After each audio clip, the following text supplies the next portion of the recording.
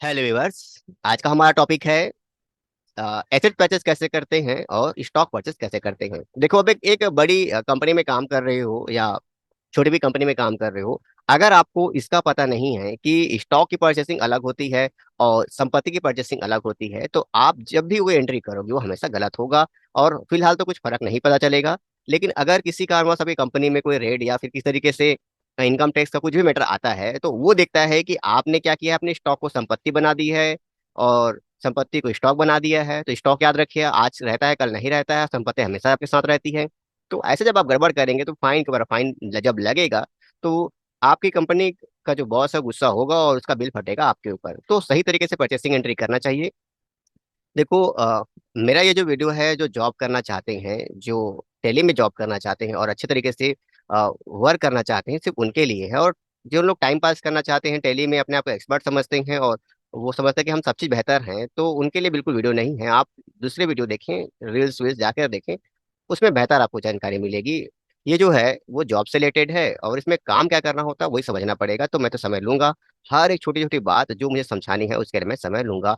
अगर अगर आपके पास इस चीज के लिए कोई समय नहीं है कि आप स्किप कर सकते हो या फिर छोड़ सकते हो, तो ये वीडियो मत देखो। स्किप करने का कोई मतलब नहीं है, क्योंकि मैं कुछ समझा रहा हूँ तो उसके पीछे कुछ रीजंस हैं। तो पहले हम मैटर पर आते हैं कि अगर हम स्टॉक परचेज करते हैं तो उसकी एंट्री कैसे होती है। तो देखो, मेरे पास कुछ परचेस है, यहाँ पर मैं देख लेता हूँ क्या ये स्टॉक परचेस है मेरे पास। तो देखो, स्टॉक जो परचेस करते हो, नॉर्मल आप जैसे परचेस करते हो वैसे ही परचेस की एंट्री करो, जो आप चाहो जैसा चाहो। इसमें आपका यहाँ पर एक पर्सन होता है, इसके पीछे डिटेल्स मैंने भरे हुए हैं, तो इसको मैं भरा हुआ बहुत दिन बाद दिखा रहा हूँ आप लोगों को, तो मैं दिखाई देता हूँ। देखो, ऐसा एंट्री होता है जी। देखो, यहाँ पे मैं ना लिखता नहीं हूँ, ऑटोमेटिक नंबर आता है। तो ये सब चीज जो दिख रहा है ना, ये मैंने भरा नहीं, यहाँ पे ऑटोमेटिक आया हुआ है। तो इससे सीधा समझ जाइए कि ये एंट्री को फिलअप नहीं करते हैं ना। अब इसको मैं आगे बढ़ा देता हूँ। इलेक्ट्रॉनिक सामान, फिर आप जो सामान परचेस करते हो उसको आप एंट्री करो, तो ये आपका स्टॉक परचेसिंग है। और ये जो आपने इलेक्ट्रॉनिक आइटम दिया हुआ है, इसका लेजर में क्या बनाया है उसे भी आप देख लीजिए, अंडर ए परचेस है। और और ये जो मोहन है उसके अंदर क्या बनाया है वो भी आप देख लें तो बेहतर होगा आपको। क्या मैंने बनाया है, कैसे मैंने बनाया है, सब चीज आपके सामने दिख रहा है।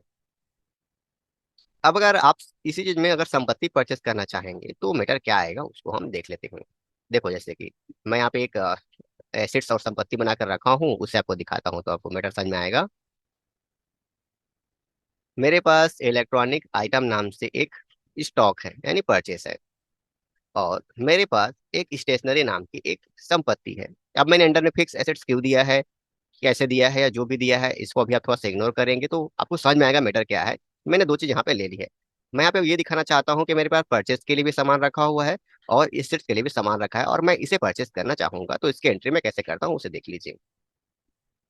फिर आपको मैं मतलब समझाऊंगा कि फिक्स एसेट्स क्या है या जो भी मैटर है वो क्या चीज दिया है। ये हम परचेस का बटन दबा लेते हैं, बिल नंबर डाल देते हैं। आप किससे परचेस किए, तो मोहन से ही परचेस कर लेते हैं, कोई दिक्कत नहीं है, मुझे गायब हो जाना चाहिए। चाहो तो इसे आप भर लो, यहाँ पे भरते नहीं है, सब चीज ऑटोमेटिक आता है, ये पूरा डिटेल के साथ भर रहा है। अब यहाँ पे क्लियर देखो, सिर्फ इलेक्ट्रॉनिक आइटम्स आ रहा है, वो स्टेशनरी क्यों नहीं आ रहा है। मैंने क्लियर आपको बताया था कि मैंने वो लेजर बनाया हुआ है, लेकिन अब वो दिख क्यों नहीं रहा है। तो इससे आप समझ जाओगे कि कुछ ना कुछ तो हो रहा है, और मैं क्या समझाने की कोशिश कर रहा हूँ उसको भी आप समझ गए होंगे।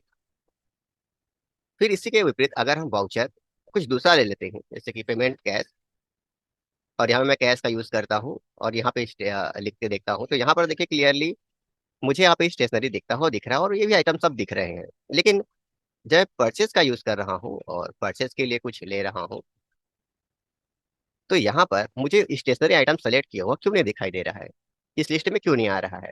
तो अब जरूरत है कि आप वो हर चीज समझिए। देखिए, होता क्या है कि आप लोगों ने क्या करते हो कि जब संपत्ति परचेस कर रही है तो वेंडर ए परचेस, सामान परचेस करना है तो वेंडर ए परचेस, मतलब कुछ जो चीज होती है वो आपको सिखाई जाती ही नहीं है। तो आप कैसे समझ पाओगे कि कब कब क्या लेना होता है। और देखो, ये जो मेरी जितनी भी बातें हैं, उन लोगों के समझ में नहीं आएगी जिन लोग जॉब करना नहीं चाहते। जिन लोग जॉब करना चाहते हैं उनके लिए बहुत बड़ी समस्या है, और जो लोग जॉब नहीं करना चाहते, सिर्फ टेम्पररी देख रहे हो, उनके लिए ये वीडियो कोई काम का नहीं आएगा। मैं आपको क्लियर समझाता हूँ मैटर क्या है। और मान लीजिए आप कोई स्टॉक बना रहे हो, तो अंडर में आप क्या करते हो, परचेस दे देते हो, कोई दिक्कत नहीं। लेकिन जैसे कि मान लीजिए आप कोई संपत्ति परचेस कर रहे हो, जैसे कि मैं लिख देता हूँ, आप एक टीवी खरीद रहे हो अपनी दुकान के लिए, कंपनी के लिए, जिसको आपको यूज करना है, बेचना नहीं है, ये एसेट्स है, तो भी आप अंडर परचेस दे देते हो और इसकी एंट्री कर देते हो। अगर आप किसी को परचेस करते हो तो इसका मतलब क्या होता है, और एसेट्स करते हो इसका मतलब क्या होता है, अगर आपको नहीं पता तो आपका जो रिजल्ट है हमेशा गलत ही दिखाएगा। अब आपको मैं लेटर ले चलता हूँ उस टॉपिक पर जो इसके लिए मैं आया हूँ यहाँ पर। अब ये मेरे पीछे आप देखोगे, ये टेली का एक बुक है, और इसी को हम समझते हैं मैटर में क्या है। अब मैं क्या बताता हूँ। ये जो फोटो यहाँ पे थोड़ा सा दी गई है और दिखाई जा रही है, ये आपका टेली प्रोफेशनल वॉल्यूम 1 का यूज किया गया है, और ये टेली की ओरिजिनल बुक है, ओरिजिनल बुक प्रोवाइडर है। और यहाँ पर पेज नंबर 2 में, यानी इस बुक का पेज नंबर 2 में हमें अकाउंटिंग टर्म्स को समझाने की बात कही गई है, जहाँ पे बहुत सारी चीजें समझाई गई है, लेकिन हमारा जो मैटर है वो सेकंड पेज में आता है, और इसको देख लेते हैं। यहाँ पे समझाया गया है कि एक कंपनी के लिए एसेट्स का मतलब क्या होता है, और एक कंपनी के लिए परचेस का मतलब क्या होता है। तो अगर हम एसेट्स को समझते हैं, तो यहाँ पर बहुत सारे वर्ड लिखने के बाद अगर एक वर्ड ऐसा लिखा हुआ है जिसको अगर आप समझें तो बहुत कुछ क्लियर हो जाएगा।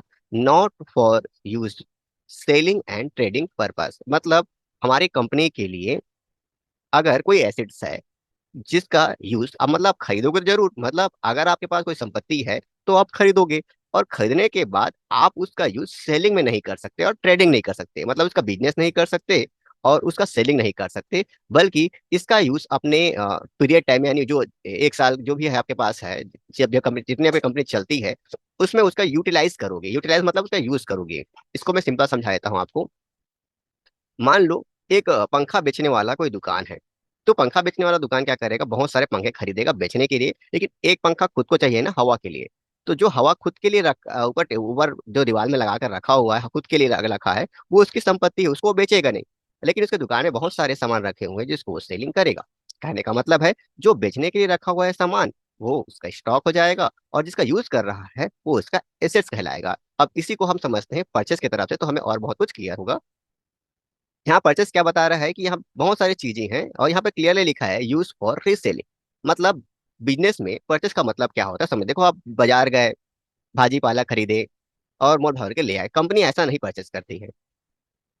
तो ये आपके लिए परचेस हो सकता है कि दुकान गए सामान खरीदे क्योंकि आप उपभोक्ता हो, लेकिन एक कंपनी क्या करेगी, उसे खरीद के दोबारा रीसेल करने वाली है। तो एक कंपनी के लिए परचेस तभी होता है जब वो कुछ खरीदे बेचने के लिए। इसका मतलब है बेचने के उद्देश्य से खरीदा गया कोई भी प्रोडक्ट कंपनी के लिए परचेस है, और उसी को हम गुड्स के नाम से जानेंगे। और गुड्स का अगर आप आगे डेफिनेशन लेकर जाओगे तो वो स्टॉक की कैटेगरी में आता है। तो सिंपल आप समझ गए होंगे कि अगर आप किसी भी लेजर के अंडर परचेस कर रहे हो तो टेली से क्या समझ रहा है कि उसका आप क्या करोगे, रीसेल करोगे। और वो गुड्स है, यानी कहने का मतलब है अगर टेली में ये जो टीवी है आपका ऐसी संपत्ति है, अगर उसके अंदर में आपने परचेस दे दिया है, तो इसका क्लियर मतलब है कि टेली क्या समझ रहा है कि टीवी आपकी कंपनी का स्टॉक है, इसको आप बेचोगे, जबकि इसको आप अपने यूज करने के लिए लिए रहे हो सकता है आप कंप्यूटर परचेस कर रहे हो, टेबल परचेस कर रहे हो, अपनी कंपनी के लिए परचेस, जिसको यूज करना है आपको। लेकिन क्या हो रहा है कि आप उसे यूज कर रहे हो स्टॉक के रूप में। तो ये देखो क्लियर बुक का थ्योरी आपको समझा रहा है कि एसेट्स का मतलब क्या है, कि आप सामान खरीद सकते हो, लेकिन उसका यूज सेलिंग के लिए नहीं करोगे तो एसेट्स कहलाएगा, बल्कि सेलिंग के लिए यूज ना करके उसका यूटिलाइज करोगे, मतलब अपने कंपनी में यूज करोगे। जैसे कि कूलर, पंखा, टेबल, फर्नीचर जो भी आप अपने कंपनी में लगाए हो, वो आपके एसेट्स है, क्योंकि उसको आप बेचते नहीं हो। सिंपल एग्जांपल फैन वाले के बारे में बता रहा हूँ, जिससे वो हवा ले रहा है जिस फैन से, उसकी संपत्ति है, और जो बेचने के लिए रखा है उसका स्टॉक है। और परचेस क्या समझाता है कि अगर कोई ऐसा चीज परचेस करते हो जिसको दोबारा सेल करना है, तो उसे हम कहेंगे परचेस। यानी अगर आप किसी भी अकाउंट के अंडर में परचेस देते हो, यानी क्लियर समझ जाइए, टैली में अगर किसी भी अकाउंट के अंडर में अगर आपने परचेस दिया है, तो इसका क्लियर मतलब है कि वो जो है, जो नेम में लिखा हुआ जो भी लेजर है, वो आपकी कंपनी का स्टॉक है जिसको आप दोबारा बेचने वाले हो। तो आपको समझना होगा कि परचेस करने पर क्या होगा और स्टॉक और एसेट लेने पर क्या होगा। तो ध्यान में रखिए कि अगर इस चीज का यूज, यानी टीवी का यूज आप अपनी यूटिलिटीज के लिए कर रहे हो, कंपनी के लिए कर रहे हो, तो आपको यहाँ पे परचेस अकाउंट नहीं लेना होगा, आपको यहाँ पर लेना होगा एसेट्स। अब जैसे आप एसेट्स लेते हो तो यहाँ पर आता है बहुत सारा टॉपिक कि ये करेंट एसेट्स है या डिपॉजिट एसेट्स है, फिक्स एसेट्स है, क्या एसेट्स है। तो मैंने यहाँ पे हाल ही में एक स्टेशनरी को आपको दिखाया था और फिक्स एसेट का रूप में लिया था। तो आपको समझना होगा कि ये जो चारों या पांचों दिया हुआ है, इनका मतलब क्या है। अब यहाँ पे हम परचेस तो नहीं डाल सकते, तो परचेस नहीं डाल सकते इसका मतलब है कि हमें इसको एसेट्स के रूप में लेना होगा, किसको, अगर आप कोई संपत्ति परचेस कर रहे हो तो अब इनमें से क्या लेंगे, क्योंकि इस लेजर के बाद ही हम डिसाइड करेंगे, क्योंकि उनका वाउचर भी तो बचा है ना। मतलब अगर आप लेजर बना लोगे तो वाउचर में आओगे। वाउचर तभी क्रिएट हम कर सकते हैं जब सामान को हम लेजर बनाकर रखे हुए हैं। तो एक तरीके से आप सार समझ जाइए कि आज का टॉपिक क्या समझा रहा है आपको। आज का टॉपिक आपको ये समझा रहा है कि आपका संपत्ति और आपका एसिड्स का दोनों का जो लेजर है वो अलग होता है। अगर आप हर बार, चाहे आप कुछ भी परचेस कर रहे हो, चाहे आप स्टॉक परचेस कर रहे हो, चाहे एसिड परचेस कर रहे हो, कुछ भी परचेस कर रहे हो, हर चीज के अंदर अगर आप परचेस दे रहे हो तो इसका मतलब टेली समझ रहा है कि सामने वाला जो भी सामान आप लिख रहे हो उसका आप दोबारा सेलिंग करने वाले हो। सेलिंग मतलब कंपनी का स्टॉक है, और इसकी एंट्री आप कर दी हो तो देखो टेली उसको ले भी लेगा और एक्सेप्ट भी कर लेगा, क्योंकि आपने उसको वही इंस्ट्रक्शन दिया है। फिर सवाल आता है कि जब आपका कोई टैक्स ऑफिसर आके चेक करता है तो वो देखता है कि 5 लाख का बिल्डिंग उसका स्टॉक है। आप समझ रहे हो ना, कि मान लो कोई बिल्डिंग है जो 5 लाख रुपए की है, वो इसके स्टॉक में दिख रहा है और इसको वो बेच नहीं रहा है। 5 साल हो गए हैं, 10 साल हो गए हैं, वो स्टॉक रखा हुआ है, इसको बेच नहीं रहा है। तो आपसे सवाल करेगा कि इस स्टॉक को आप क्यों नहीं बेच रहे हो, क्या इसको इलीगल रूप में आप रखे हो? तो आप कहते हो कि सर ये स्टॉक थोड़ी ना है हमारा, ये तो हमारा संपत्ति है।